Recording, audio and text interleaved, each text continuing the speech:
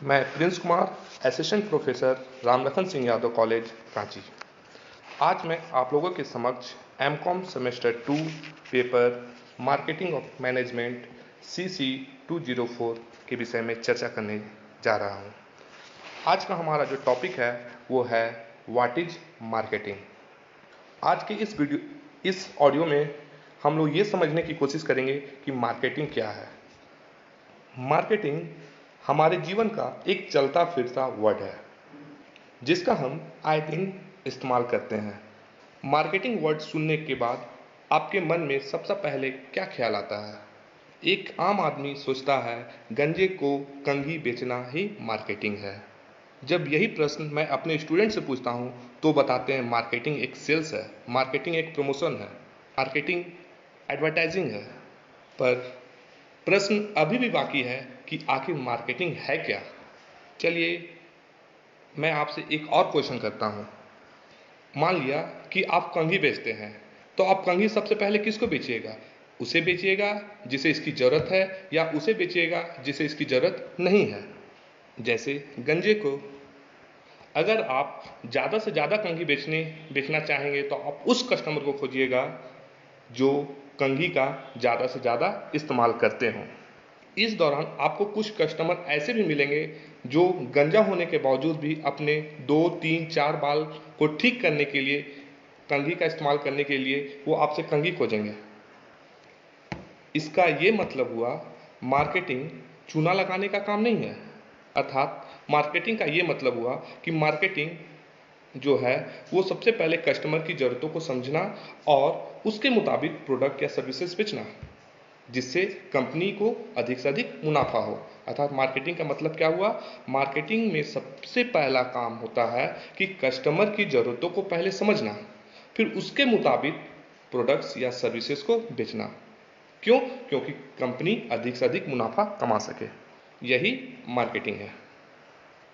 So marketing is all about identifying and meeting the customer needs.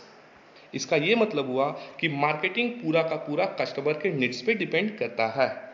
अर्थात जो ये बात को समझ गया वो एक अच्छा मार्केटर है। अर्थात जो कंपनी कस्टमर के ज़रूरत के हिसाब से वस्तुएं और सेवाओं का प्रोडक्शन करती है वही मार्केटिंग में राज करती है और सबसे ज़्यादा कमाई भी करती है।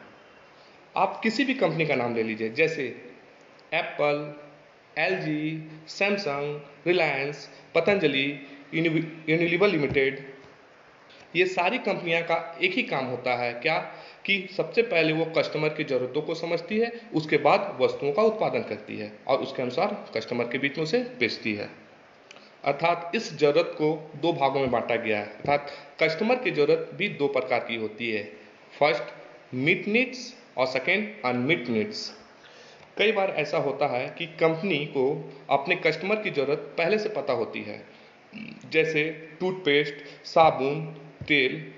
ये ऐसे वस्तुएं हैं जो कस्टमर को रोज़ाना प्रयोग इसका यूज करना पड़ता है। अर्थात इसे ही हम लोग मिटनिट कहते हैं। अर्थात मार्केटिंग में इन वस्तु को ही मिटनिट्स कहा जाता है। इसका मतलब ये हुआ कि वह वस्तु जिसकी जानकारी कंपनी को पहले से होती है उसे हम लोग मिटनिट कहते हैं और जिसके लिए अधिकांश प्रोडक्ट जो मार्केट में अवेलेबल है। इन मामलों में जो भी कंपनी अपने कस्टमर के लिए बेहतर और अलग प्रोडक्ट लाएगी वो कस्टमर का दिल जीतेगी और मार्केट पर भी अपना राज कर लेगी, जैसा पतंजलि अभी कर रही है। दूसरा इंपॉर्टेंट बात यह है कि हर कस्टमर का ज़रूरत अलग अलग है, इसीलिए कंपनी के प्रोडक्ट्स भी एक ही कैटेगरी, जैसे टूथपेस्ट में भी बहुत सारे हैं। क्या आप जानते हैं कोलगेट पूरे इंडिया में 28 तरह की टूथपेस्ट बेचती है।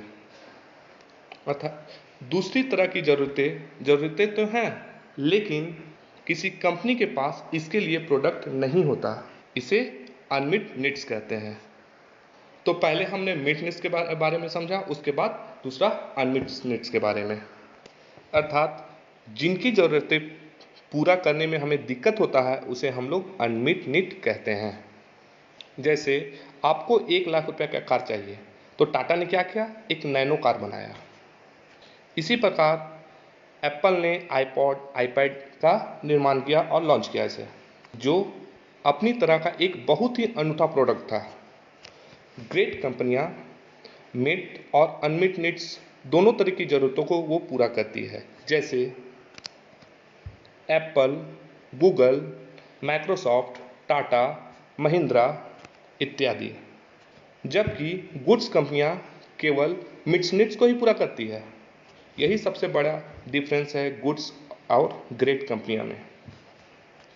यदि आप मार्केटिंग का परिभाषा जानना चाहते हैं तो सबसे महान, सबसे पॉपुलर परिभाषा अमेरिकन मार्केटिंग एसोसिएशन ने दी है, जो कि अंग्रेजी में इस प्रकार है: marketing is the activity, set of instruction and process for creating, communicating, delivering and exchanging offering that have value for customers, clients, partners and society at large।